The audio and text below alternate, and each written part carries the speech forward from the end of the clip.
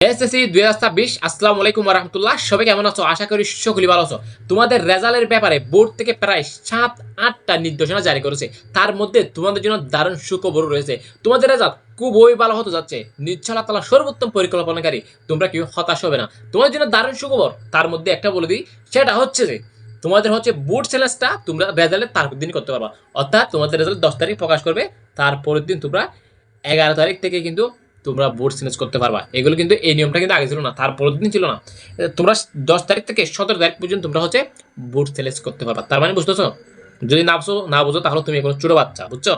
এবার আসো আমরা যদি নোটিশটা একটু যদি ফুললি দেখি কি কি বলছে তারা। তারা বলছে উপযুক্তের বেশির প্রেক্ষিতে জানানো হচ্ছে যে আগামী 10 আগস্ট 2026 তারিখ সকাল 10টায় এসএসসি অর্থাৎ তোমাদের রেজাল্টটা 10টায় প্রকাশ করবে অনলাইনে। তোমার শিক্ষার্থীরা তাদের রেজাল্ট দেখতে পারবে। তারা এখানে 10টায় বললেও কিন্তু 10টায় তোমরা তোমাদের রেজাল্টটা দেখতে পারবে না। প্রচুর দিন হবে, ডিস্টার্ব করবে। হ্যাঁ, তারপর হচ্ছে তোমরা এসএমএস এর মাধ্যমে তোমরা 10টায় দেখবে। এসএমএস এর মাধ্যমে যদি তোমরা রেজাল্ট দেখতে চাও তাহলে তোমাদের হচ্ছে 10টার পরেই তোমাদের রেজাল্টটা দেখতে হবে।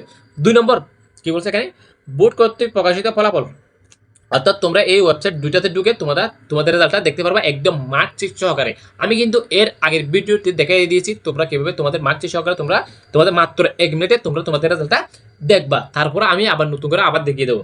3 নম্বর বলছে সংশ্লিষ্ট প্রতিষ্ঠানসমূহের অনলাইনের মাধ্যমে প্রাপ্ত ফলাফল ডাউনলোড করার প্রকাশ করার পিন ব্যবহার করে। অর্থাৎ এটা তোমাদের শিক্ষা প্রতিষ্ঠান থেকে একটা পিন থাকে শিক্ষা প্রতিষ্ঠানে। এই পিন ব্যবহার করে তোমাদের শিক্ষকরা তোমাদের সকল শিক্ষার্থী রেজাল্ট তারা ডাউনলোড করে নিতে পারবে। এটা তোমাদের জন্য।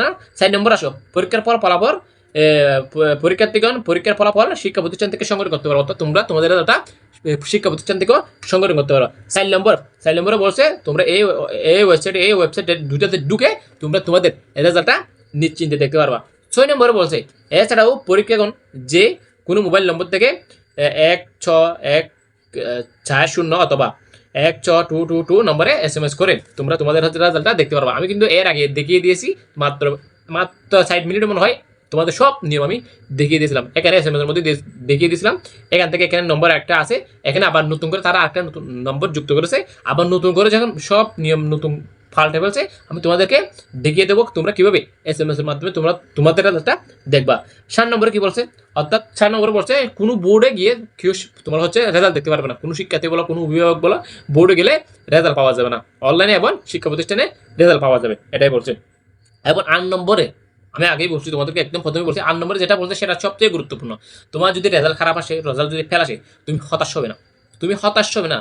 তুমি বুঝতে পারবে না যদি বোর্ড চেঞ্জ করার পরে বুঝছো তোমার রেজাল্ট পরিবর্তন হয়ে যাবে।